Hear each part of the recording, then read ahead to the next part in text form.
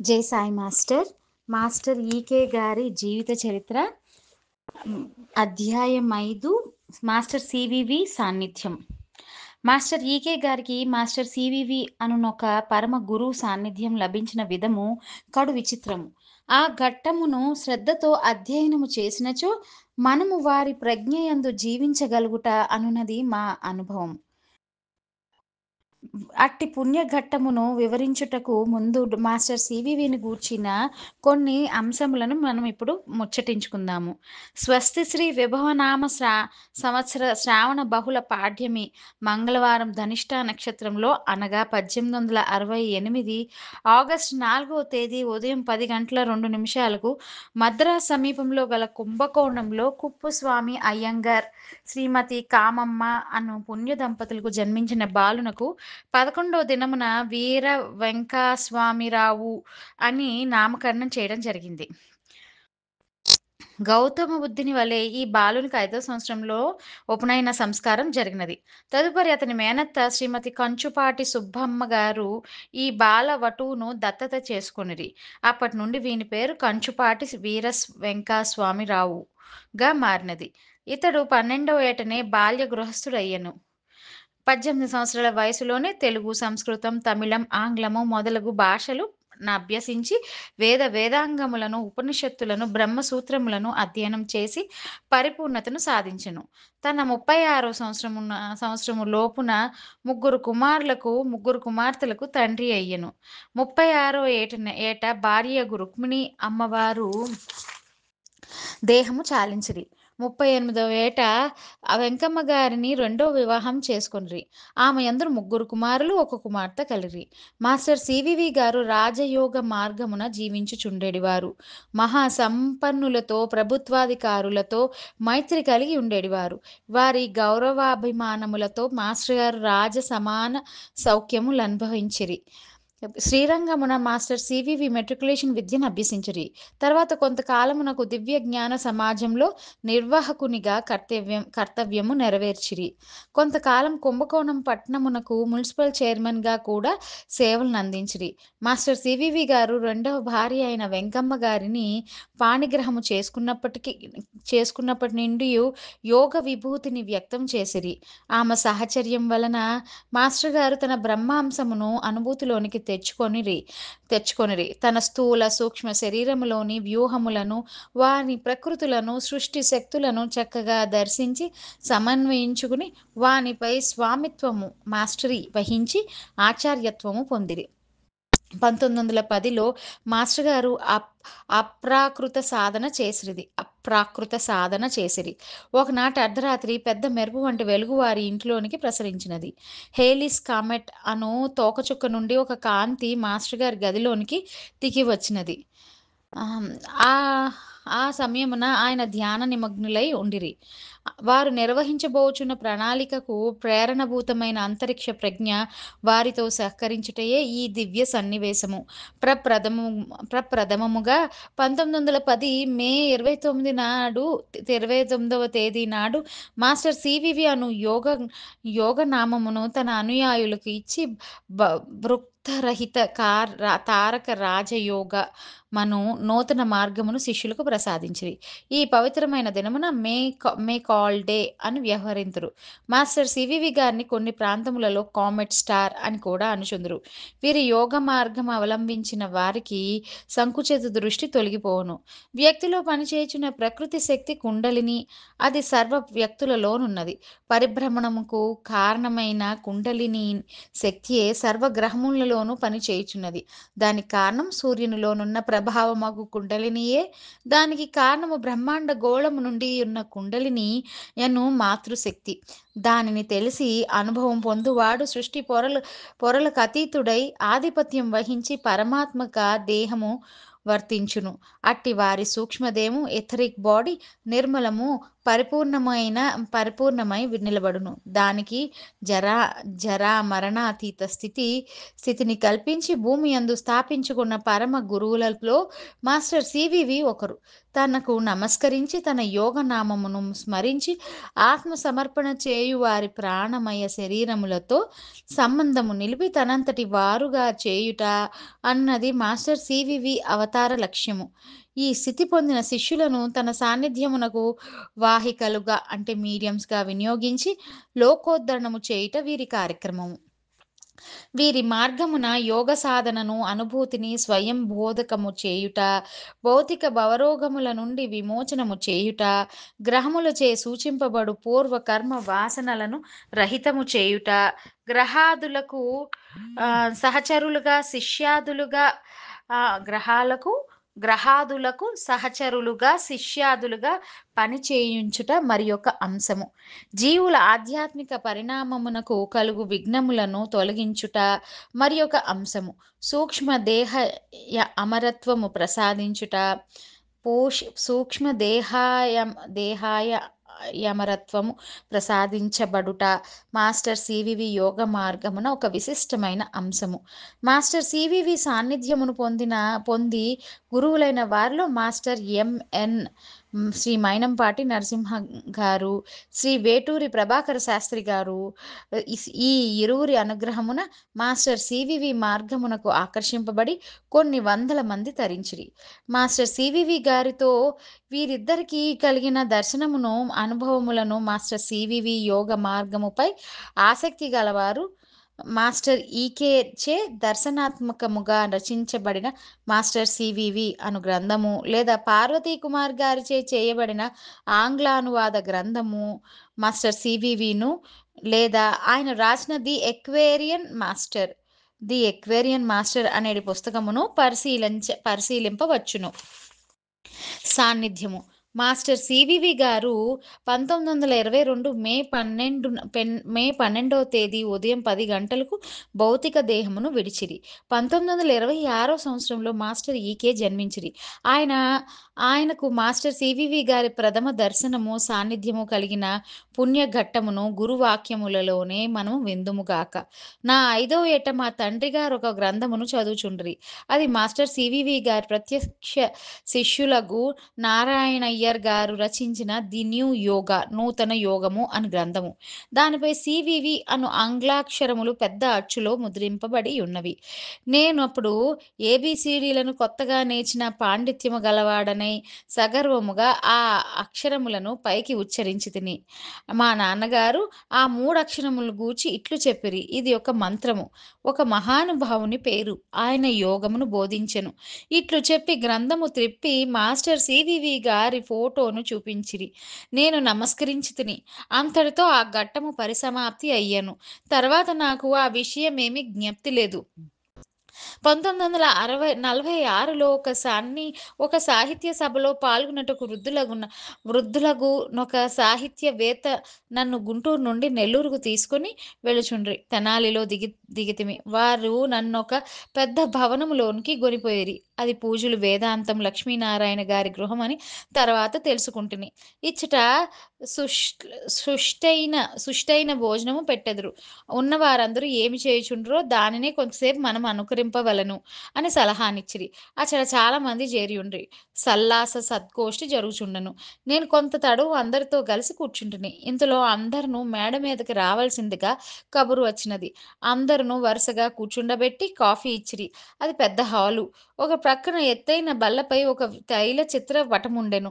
ఆ పటములోని వ్యక్తి శాంత గంభీరమైన ముఖముతో, మీసములతో, దృఢ శరీరముతో నిండుగా కనిపించెను. వారెవ్వరో నాకు తెలియదు. ఎవ్వరునూ చెప్పలేదు. వారినెక్కడనో చూచినట్లు నాకు అనిపించినది.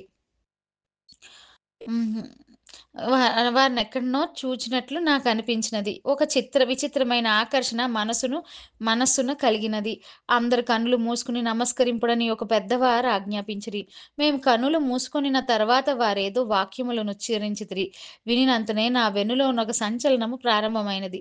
మనసు కుతూహలమును ఏకాగ్రత నొందినది. ఆ పటంలోని వ్యక్తి ఎవరని ప్రశ్న కలిగినది. చూచిన మొగము వలెనున్నది. బహుశా మా నాన్నగారికి పరిచితులు కావచ్చును. ఎప్పుడో మా ఇంటికి వచ్చిన వచ్చినప్పుడు చూచి ఉండవచ్చుననుకొంటిని. ఈ భావములు నడుచుచుండగానే శరీరమందుల శరీరమందు ఎల్లడలా స్వల్పమైన విద్యుత్ ప్రవాహము స్పృశించిన షాకు వలె నుండెను. శరీరమంతయు తేలికై నేనెందునున్నానో బోధపడలేదు. నా చిన్నతనమునొకమారు తెలియక ఒక కారాకెళ్ళి నమిలితిని. అప్పుడు మొగము తిరిగి మొఖము తిరిగి తగ్గిన తర్వాత ఇట్లనే ఒడలు తేలికైపోయినది. ఆ విషయము గూడా గుర్తుకు వచ్చినది. కొంతసేపటికి కన్నులు తెరువుడని ఆజ్ఞాపించిరి. నేను కొన్ని క్షణములు తెరవలేకుంటిని. రెప్పలు బరువై అంటుకుపోయినట్లున్నవి. కాళ్ళు, చేతులు స్వాధీనము కాలేదు. ఎట్టకేలకు లేచి నిలబడి మేడ దిగి వచ్చితిని. మధ్యాహ్నం 12 గంటల ప్రాంతమున భోజనములు వడ్డించిరి. షడ్రసోపేతమైన రుచికరమైన పుష్టి అయిన భోజనము. భోజనమైన వెంటనే నాతో వచ్చిన వృద్ధు ప్రయాణము కట్టెను. బయలుదేరిన తర్వాత ఈ యుత్సవమంతయు నేమి అని నేనా వృద్ధుడిని అడిగితిని. ఆయన ఇట్లు బదులు పలికిని, ఇది ఒక వెర్రి. వారందరూ ఒక రకమైన పిచ్చివాండ్రు. ఇది ఏదో యోగ సాధనయని చెప్పుదురు. అప్పుడప్పుడు ఇట్లే ఒక్కొక్క చోట చేరుచు సుష్టుగా భోజనం చేసి పోదురు. దానిని మించి వేరే సాధనము చేయరు. మనకు హోటల్లో మంచి భోజనము లభింపదు కనుక నిన్నిచ్చటికి గొనిపోయితిని. అంతటితో ఆ విషయం పరిసమాప్తి అయ్యెను. మరలా నా ప్రసక్తి ఎప్పుడునూ రాలేదు. అదే సంవత్సరమున 1946 వేసంగి సెలవుల్లో నేను నా ప్రథమ కావ్యమును ముద్రణ చేయించితిని. పరిచయమున్న వారందరికీ తీరికయున్నను లేకున్నను వినిపించుచు మోజుతో పుస్తకములను బహుకరించుచుంటిని. కావ్యము పేరు 'అర్పణ'. మా నాన్నగారొకనాడు నన్ను పిలిచి ఇట్లు చెప్పిరి. బాపట్లలో నా మిత్రుడు శ్రీ వెలగపూడి సుబ్బారావు చాలా మంచివాడు. నీవు బాపట్ల పోవుచున్నావు గనుక ఆయనను కలిసి నీ కావ్యమొక ప్రతిని ఇచ్చి నమస్కారము చేసి ఫలానా వారి కుర్రవాడినని చెప్పు.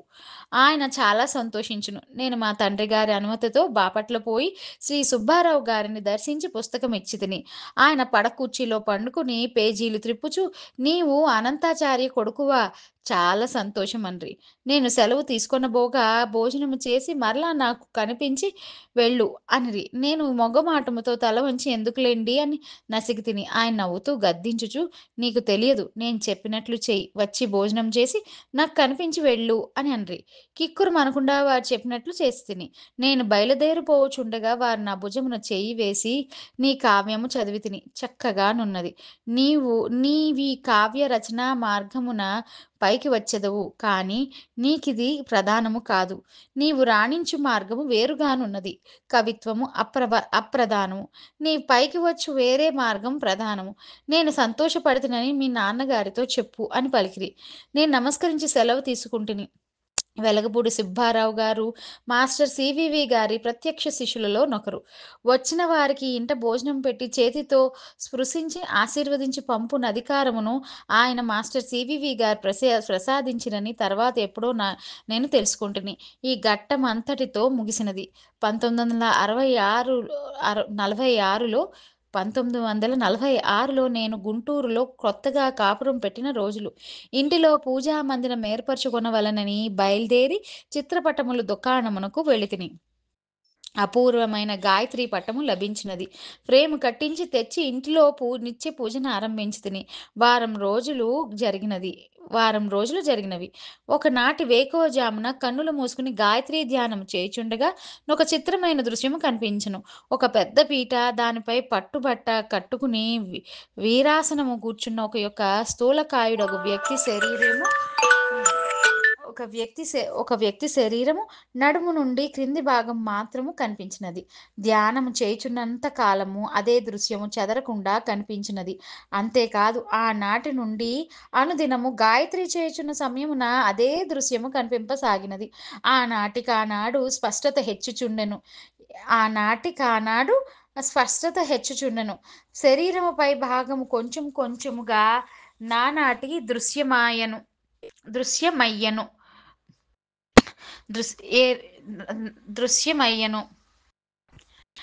వారము 10 రోజులలో ముఖము చక్కగా కనిపించినది. శాంత గంభీరమైన వదనము, పెద్ద కళ్ళు, మీసములు. వారెవరో నాకు తెలియదు. ఎచ్చటనో చూచినట్లు మాత్రము గుర్తున్నది. బహుశా మా తండ్రి గారి మిత్రులై ఉండవచ్చును. ఇట్లు మరి 2 వారములు సాగినది. క్రమముగా సందు చేసుకొనిన ఈ మూర్తి నా మనసులో బైఠాయించి కూర్చుండెను.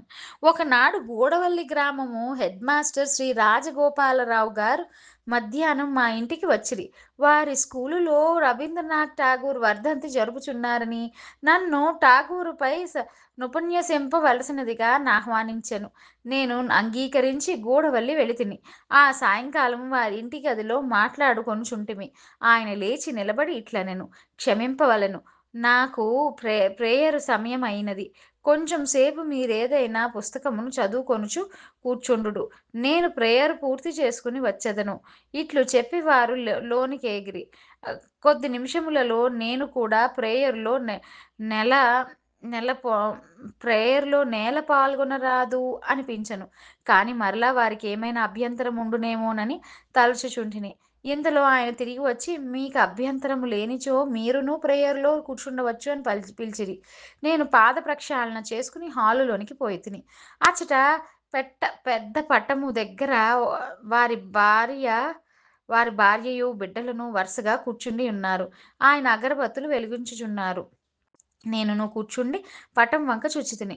శరీరమంతయు జల్లుమన్నది. ఆ పటంలోని వ్యక్తి నాకు 3 వారములుగా పైగా పరిచితుడు. అనుదినము వేకువజామున గాయత్రి జపించుచున్నప్పుడు కనిపించుచున్నాడు. వారందరితో పాటు నేను కన్నులు మూసుకుని ఉంటిని. ఆయన కొన్ని పదములనుచ్చరించెను. నా వెన్నులోనేదో ఒక విచిత్రమైన సంచలనం కలిగెను. శరీరమంతయు స్వల్పమైన విద్యుత్ తరంగముల స్పర్శ వలె నుండును. ఇట్టి అనుభవం ఎక్కడనో కలిగెననిపించెను. వెంటనే తెనాలిలో జరిగిన దృశ్యం జ్ఞప్తికి వచ్చినది. అప్పటి వరకు ఆ దృశ్యం నా స్మృతి పథము నుండి జారి ఎచ్చటనో దాగి ఉన్నది. నా శరీరం అంతయు తేలికైపోయినది. కొంచెము కాలంలో నా చిన్నతనమున నా తండ్రిగారి దగ్గర చూచిన పుస్తకములోని చిత్రపటము జ్ఞప్తికి వచ్చినది. ఆ సందర్భమున మా తండ్రిగారు చెప్పిన మాటలు కూడా అస్పష్టముగా మెదిలినవి.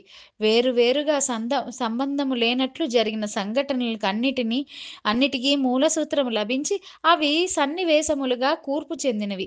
జీవిత గ్రంథమున అవి అక్షర పంక్తి వలె బాసిల్లి వాని సముదాయం ఒక పదముల వలె గోచరించి అందొక పరమార్థం ఉద్భవించి జీవితమునకు సమన్వయము చెందినది. ఒక బాట ఏర్పడినదనిపించినది.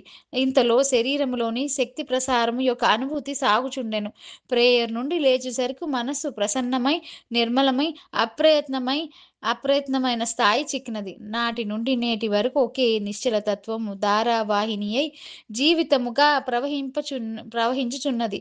ఇట్టి అనుభూతి మనస్సునకు అంతకు ముందు ఒకసారి అందినది. 1947వ సంవత్సరమున కార్తీక పూర్ణిమ నాటి అర్ధరాత్రి మెలకువ వచ్చినప్పటి దాకా ఆ అనుభూతి అప్పుడే రాసలీల కావ్యం ఆరంభమైనది. అదే అనుభూతి మరలా నాకీనాడు కలిగి స్థిరపడినది. ప్రేయర్ నుండి లేచిన వెనక ఆ చిత్రపటంలోని వ్యక్తి ఎవరని శ్రీ రాజగోపాలరావు గారిని ప్రశ్నించితిని. వారి పేరు మాస్టర్ సివివి అనియు, వారిది కుంభకోణం అనియు చెప్పి వారి యోగ మార్గమును గూర్చి క్లుప్తముగా వివరించిది. నాకు ప్రేయర్ కావాలనని కోరితిని. వారు ఒక మారు చెప్పిరి. నా చేత చెప్పించి నా డైరీలో రాసి ఇచ్చిరి. ఇప్పటికిని వారి దస్తూరితో నా డైరీలో ఆ ప్రేయర్ ఉన్నది. నాకు మాస్టర్ గారి ఫోటో కావాలనని కోరితిని. మద్రాసులో శ్రీ నారాయణయ్యర్ గారి అడ్రస్ రాసి ఇచ్చిరి. వారికి రాసి ఫోటో తెప్పించుకోమని చెప్పిరి. నారాయణయ్యర్ గారు కడు వృద్ధులైనారనియు, కొలది కాలములో దేహము చాలించవచ్చుననియు, వెంటనే తెప్పించుకొనమనియు చెప్పిరి. నేను గుంటూరుకు మరలి వచ్చిన వెనక చాలా కాలం వరకు ఫోటో కొరకు రాయటం బద్ధకించితిని. మరికొంత కాలమునకు రిజిస్టర్ పోస్ట్‌లో నాకు మాస్టర్ గారి ఫోటో వచ్చినది. దాని వెనక నారాయణయ్యర్ గారి సంతకం ఉన్నది. అది నాకు చేరిన దినమునే వార్తాపత్రికల్లో నారాయణయ్యర్ గారు దేహము చాలించిరని చదివి ఆశ్చర్యపడితిని. రాజగోపాలరావు గారే స్వయంగా నా తరపున ఉత్తరం రాసి ఆ ఫోటో తెప్పించిరని తర్వాత తెలిసినది. శ్రీ రాజగోపాలరావు గారి దగ్గర నుండి వచ్చినది మొదలు అనుదినము 2 పూటల ప్రేయరు చేయుట ఆరంభించితిని. ప్రేయరులో కూర్చుండినంతనే వెనుముకలో మొదటి నుండి కనిపించనున్న సంచలనము అనుదినము కనిపించసాగెను. అనేకపు విచిత్ర అనుభవములు, శారీరక, మానసిక ముద్రలు కలుగుచుండేటివి. మనసు స్థిమితపడి దినచర్యలో నెట్టి ఉద్వేగములు లేక వర్తించుట ఆరంభమైనది. అనుదినము ప్రేయరులో కొన్ని యంత్రములు, మంత్రములు కాని వానినుపాసించు విధానములు, వినియోగములు గోచరించినవి. నా దైనందిన కర్తవ్యము చక్కని వాక్యముల రూపమున వినబడుటయో కనబడుటయో జరుగుచుండెను. ఈ వాక్యములను మొదటి రోజులలో నా చిత్తము యొక్క సంచలనములని యోచించితిని. అయినను నిర్లక్ష్యము చేయక తేదీల వారిగా వివరముగా రాసికొనుచుంటిని. అవి నా కర్తవ్యమునకు సూటిగా సూచకములై సమన్వయపడుచున్నవి. నాటి నుండి నేటి వరకు ఈ సూత్రములను అనుసరించే నేను చేయవలసిన కార్యక్రమాలను నిర్ణయించుకొనుచున్నాను. అప్పటి నుండి పెద్దలు అనేకులు నాకు పరిచయమైరి. వారి వలన అనేక విషయములు తెలిసినవి. శాస్త్రములకు యోగమున సమన్వయము, ఆచరణమున అనుభూతియు లభించినవి. మనస్సు నిస్సంశయమయ్యను. నాతో పాటు కొందరు విద్యార్థులు ప్రేయరులో కూర్చుండుట ఆరంభించిరి. వారి సంఖ్య నానాటికి వృద్ధి అయ్యెను. వారందరికీ మొదటి దినము నుండియు నూతనోత్తేజము, చక్కని అనుభూతులు లభించెను. అన్నిటికన్నా ముఖ్యముగా పొదవిన పొదివిన ఆత్మవిశ్వాసము, జీవితమునకు సమస్యలు లేకుండుట అప్రయత్నముగా సిద్ధించినవి. నాతో ధ్యానము చేయుచున్న సోదరులందరితో నాకు విడిపింపరాని సంబంధం ఏర్పడినది. వారి జీవిత ప్రధాన సన్నివేశములన్నీ నాకు సంబంధించినవిగా మారి అన్ని శరీరంలో ఒకే జీవుడున్నట్లు అవగతమైనది. ఆ జీవుడే మాస్టర్ సివివి గారిని గూర్చిన భావన, అనుభూతి. అది ఏ యోగము. అది తప్ప తక్కిన వ్యష్టి మసత్యమనియు కృత్రిమముగా జీవులు కల్పించుకొనినదనియు నాకు అవగతమయ్యెను. కొందరు నాతో కూర్చుండి ధ్యానము చేసినప్పుడు ప్రశాంతత లభించుచుండునని అనిరి. కొందరు రోగములు ఉపశమించుచున్నవనిరి. మరికొందరు పీడలు తొలగుచుండవనిరి. ఇంకను కొందరు తమ కష్టపు రోజులు గట్టెక్కినవనిరి. అవన్నీ మాస్టర్ గారి సాన్నిధ్య ఫలితములే అని నిర్ణయించుకుంటుని. ఇవి మన సామర్థ్యము వలన కలిగినవని భావింతుము, లేదో పరీక్ష చేయుటకు ఒక్కొక్కప్పుడు జరుగుచుండును. ఉదాహరణకు 12 మాసముల తర్వాత కొడుకు పుట్టబో అదృష్టమును ఒకడు సంతానార్థమై ఒక మూలికనో తాయెత్తునో స్వీకరించుననుకొనుడు.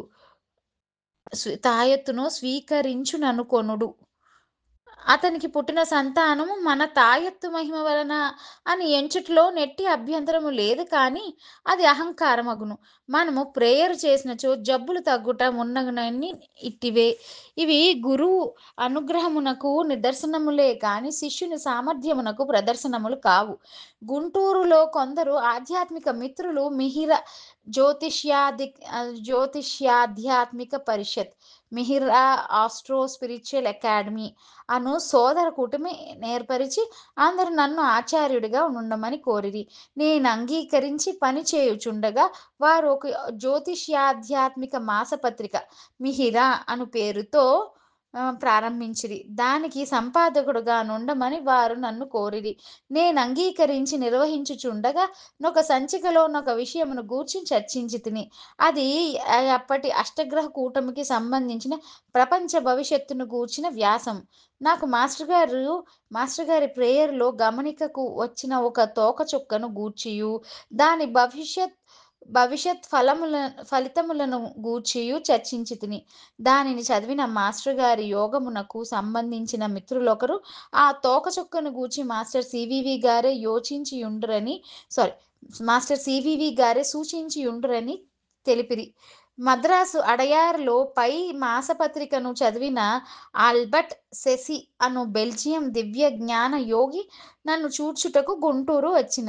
నీలగిరిలో వారి ఆశ్రమమందు ఉపన్యాసముల రూపమున యోగ విద్యను బోధింపుమని నన్ను ఆహ్వానించెను. 1963లో నేను వారి ఆశ్రమమున నెల రోజులుంటిని. మొదటి దినమున వారు తమ ప్రేయర్ గదిలోనికి నన్ను రానీయలేదు. ఇట్లు రానీయకుండుట వారికి గల దివ్య జ్ఞాన సమాజ నిబంధనయే తప్ప వేరు కాదు. వారు తమ గదిలో ప్రేయరు ప్రేయరులోనుండగా పక్కనే నేను నా గదిలో ప్రేయర్ చేసుకొనుచుంటిని.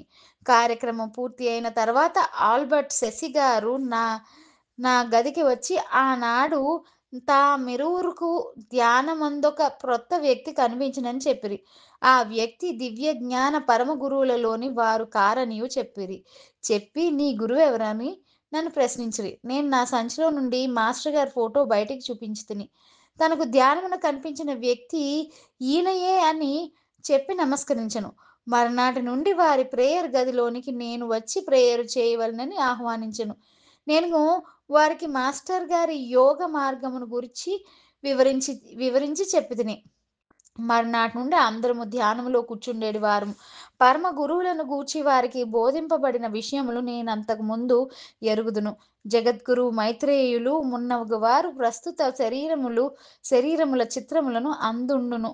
తామర త తామంత వరకెరిగిన మాస్టర్స్ అనబడు పరమ గురువులే కాక ఇంకనూ ఒకరు తమకు తెలియవలసిన వారున్నారనియు, వారు నీలగిరి గుహలలోని యొక్క సిద్ధుని శిష్యులనియు, అగస్త్యుని అంశలో పుట్టిన వారనియు, ఈ విషయమున పరమ గురువుల ప్రత్యక్ష శిష్యులు వివరించిరనియు చెప్పెను.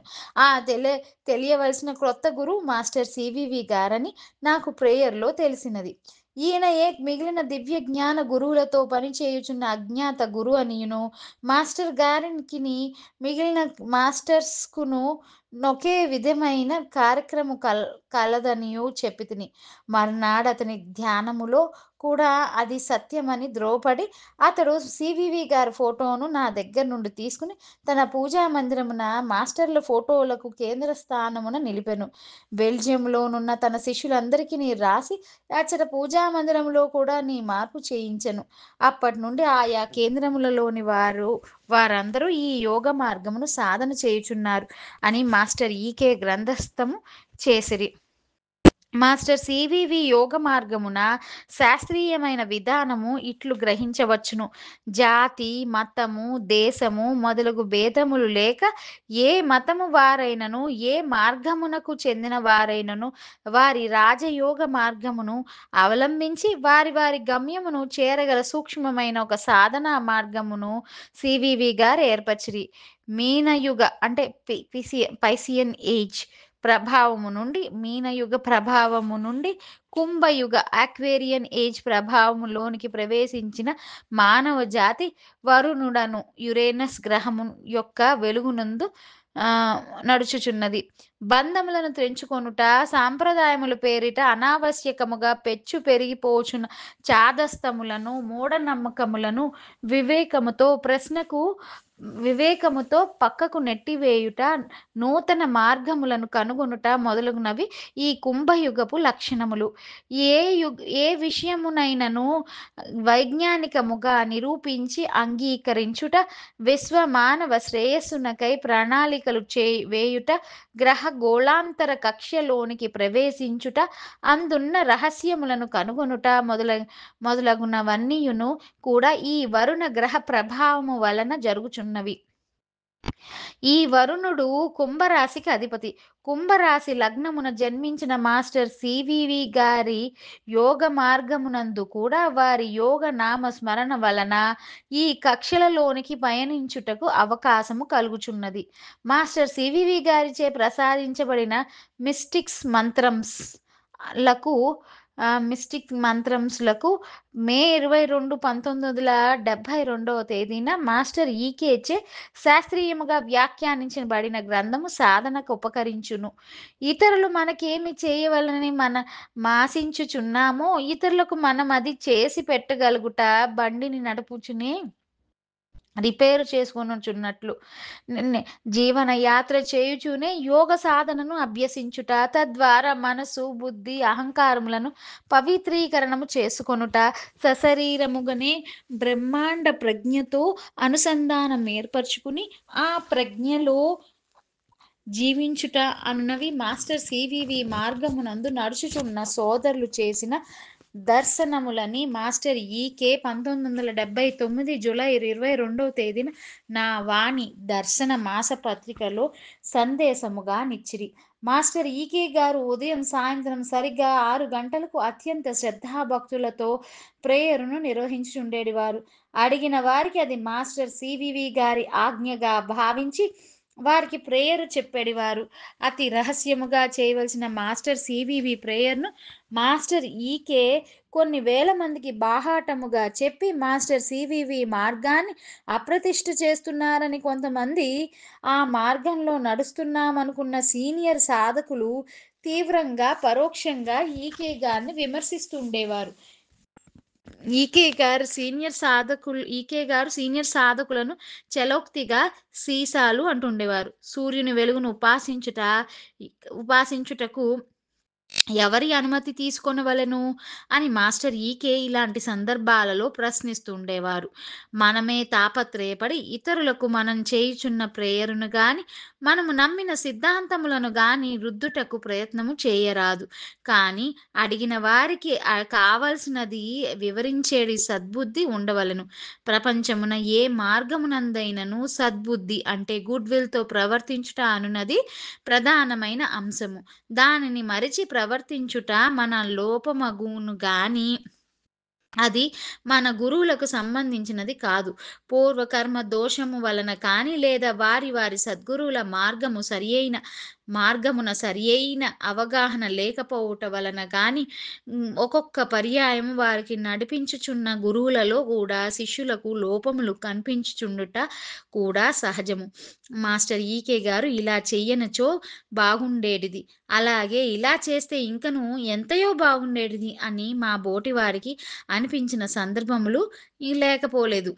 శిష్యుల పరిమిత దృష్టిలో నుంచి చూచుట వలన గురువులలో కొన్ని దోషములు ఉన్నట్లు, అట్లే కొన్ని విషయముల మన గురువునకు తెలియనట్లు కూడా మనకనిపించుచుండును. ఇట్టి సందర్భ సమయాదులలో ప్రేమమయులైన పరమ గురువులు అనుయాయులు మనోభావములను చూచి నవ్వుకొందురు. అంతియే కాని శిష్యులు ఇట్టి భావములు కలిగి ఉన్నారని ఉద్రేకపడరు. అనగా వారి వారి శిష్యులపై ఎట్టి అభిప్రాయములను ఏర్పరచుకొను దుస్థితికి దిగజారరని అర్థం.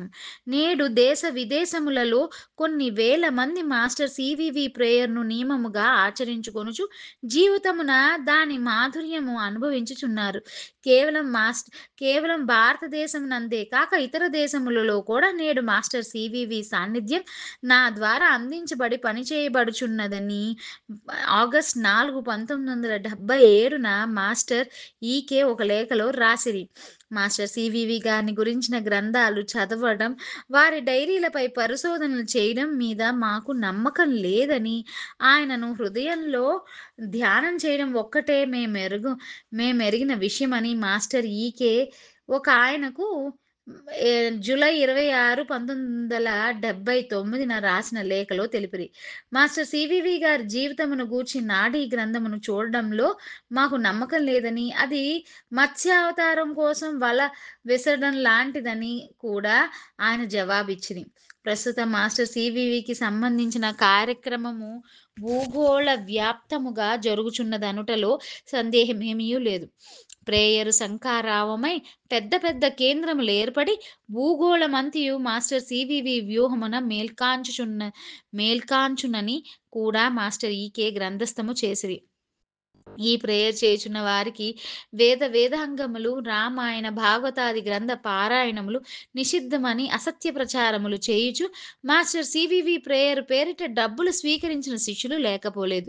ఈ విషయమై హైదరాబాద్ వాస్తవ్యులు ఉత్తరము రాయగా, వేదములు, పురాణములు మొదలైనవి నరజాతిని ఉద్ధరించుటకు పుట్టినవని, వాటిని పఠించుట కూడదనిన వారు మ్లేచ్చులని కనుక అట్టి వారిని లెక్క చేయనక్కర్లేదని డిసెంబర్ 15, 1979 రాసిన జవాబు లేఖలో తెలిపిరి.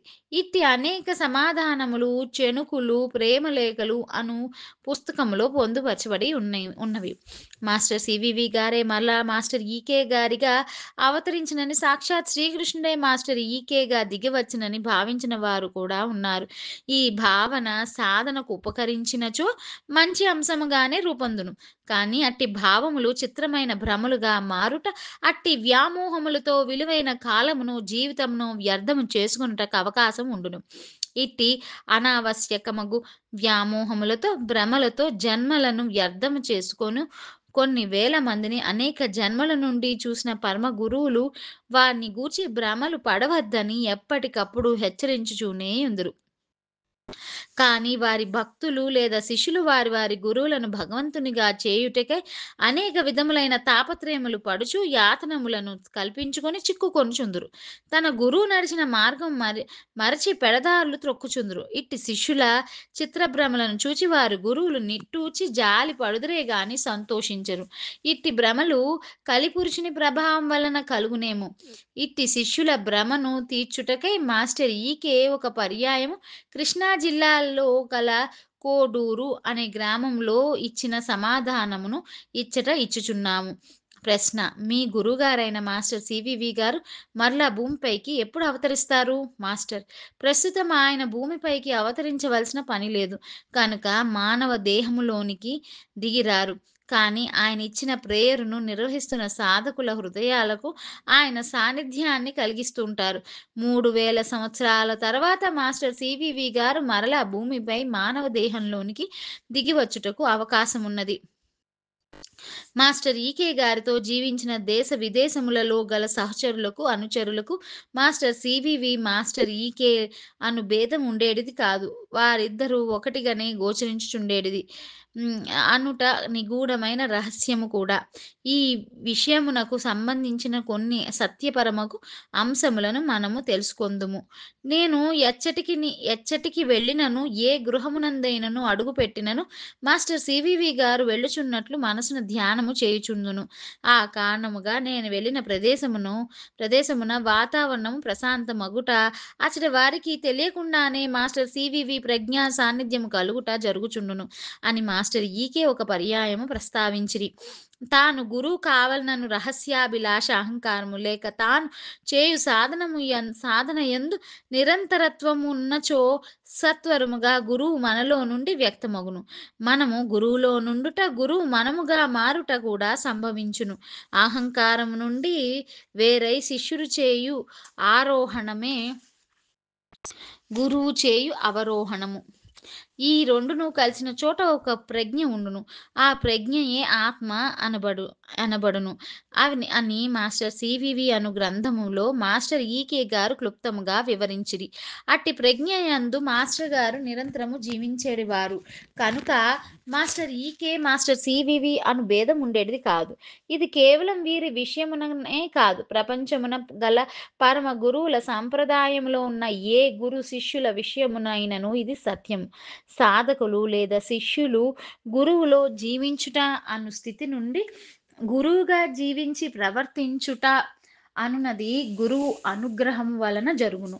దీనికి సంకేతముగా నారాయణుడు నరుడు, శ్రీరాముడు ఆంజనేయుడు, నారదుడు వాల్మీకి వ్యాసాదులు, కృష్ణుడు అర్జునుడు, శ్రీ రామకృష్ణ పరమహంస వివేకానంద, స్వామి యుక్తేశ్వర్ పరమహంస యోగానంద, శ్రీ విశ్వానంద సరస్వతి స్వామి శివానంద, శ్రీ తపోవన్ ప్రసాద్ స్వామి చిన్మయానంద, శ్రీ అరవిందుడు శ్రీమాత, సద్గురు అనంతానంద్ భక్తరాజ్ మహారాజ్, ఇంకా అనేక మంది గురు శిష్యుల వృత్తాంతములో ఈ సత్యమును దర్శనము చేయవచ్చును. మాస్టర్ సివివి యోగ మార్గములో స్నానము, శుచిత్వము, ఆహార నియమములు మున్నగు అంశములను ఎవరికి వారే అప్పుడున్న దేహస్థితిని బట్టి నిర్ణయించుకొని పాటించుకొని చుండవలను. నియమములను గురువులు నిబంధించుట ఉండదు. ఎవడెంత నమస్కరించుకొనుచో కొన్ నమస్కరించుకొనునో వాడంత దివ్య చైతన్యమును వసించును. వివాహము, సంతతి, నియమబద్ధమైన గృహస్థ ధర్మము ఈ మార్గమున పాటించి తి ఈ మార్గమున పాటించి తీరవలెను. ఆకలి దప్పులను, మలమూత్రములను నిర్బంధించుట ఎట్టిదో దాంపత్య జీవితము మానుట గూడా అట్టిదే. నియమములు ప్రకృతి ధర్మములను అనుసరించి ఉండవలెను. ధ్యాన విధానము. ఈ ధ్యానము చేయుచున్నప్పుడు కనులు మూసి మనసును గురువునకు అర్పింపవలెను. అట్టి స్థితిలో దినచర్య కూడా సాగవలెను. దీనులకు సేవ చేయుట, ఇతరులకు దినచర్యలో కార్యరూపమున సహాయపడుట మూలమున మాత్రమే ఇందు అభివృద్ధి కలుగును. మనస్సును కేంద్రీకరించుట ఒక ఆహ్, ఒక మంత్రము పైన గాని ఒక దేవతా రూపము పైన గాని మనసును బిగింప యత్నించుట చేయరాదు. మనసెట్లు పోచున్నను దానిని గమనించి ఉండవలెను.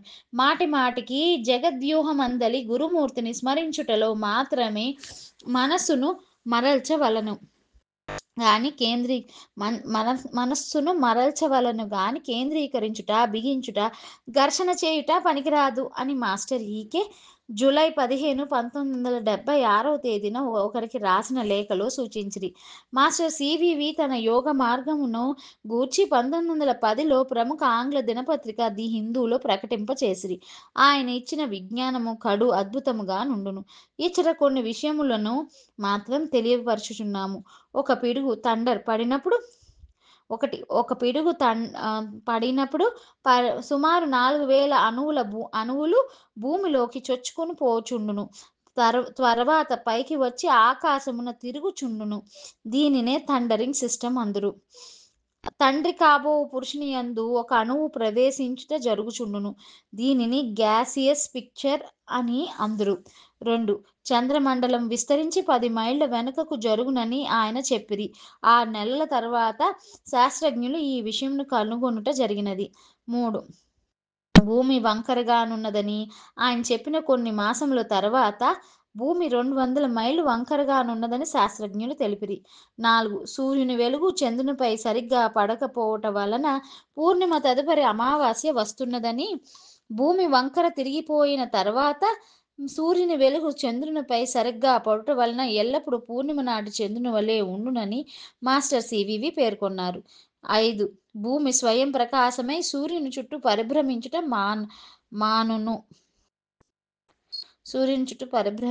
మానును. 6. రాబోవు శతాబ్దములలో మానవునకు సూక్ష్మ శరీరం ఇథరిక్ బాడీ స్థిరపడి అమరత్వము సాధించునని సంకల్ప మాత్రముచే దేహమును అణువులచే నిర్మాణం చేసుకొనుచు అవసరమును బట్టి నిర్మాణమైన స్థూల శరీరమును వాతావరణమున లీనమొనర్చుట వంటి చర్యలు వైజ్ఞానికముగా మానవ జాతికి ఎరుకబడును. 7. శ్రీకృష్ణుని ప్రత్యక్షము, అంతర్ధానము అయిన యొక్క విజ్ఞానము భావితరములలో గుర్తింపబడును అని మాస్టర్ సివివి ఒక ప్రసంగంలో తెలిపారు. సామాన్య మానవుల నుండి మహానుభావుల వరకు అన్ని స్థాయిల వారికి కూడా మాస్టర్ సివివి యోగ మార్గము అందుబాటులో నుండుట అనున్నది మానవ జాతి అదృష్టముగా మనం భావించవచ్చును. నేను ప్రస్తుతం చేయుచున్న సాధన పరిసమాప్తమైన తోడనే భృక్తరహిత తారక రాజ యోగాభ్యాస విధానమును తెలుసుకొని అవలంబించెదనని మహాత్మా గాంధీ తన సహచరులైన ప్రముఖ కవి శ్రీ ఉన్నవ లక్ష్మీనారాయణ గారితో చెప్పుట జరిగినది. మాస్టర్ సివివి యోగ మార్గాన్ని ప్రసారము చేయడానికి గాను ప్రతి సంవత్సరం మే 29వ తేదీన మే కాల్ డే ఉత్సవాన్ని, ఆగస్టు 4న సివివి జన్మదినోత్సవాన్ని, 1962 నుండి మాస్టర్ సివివి గురుపూజ మహోత్సవాలను ప్రతి సంవత్సరం జనవరి 11, 12, 13 తేదీలలో నిర్వహించుచు ఒక సంప్రదాయాన్ని మాస్టర్ ఈకే నెలకొల్పడం జరిగినది. ఈ పుణ్యఘట్టమును 8వ అధ్యాయమున తిలకించెదము గాక. జై సాయి మాస్టర్.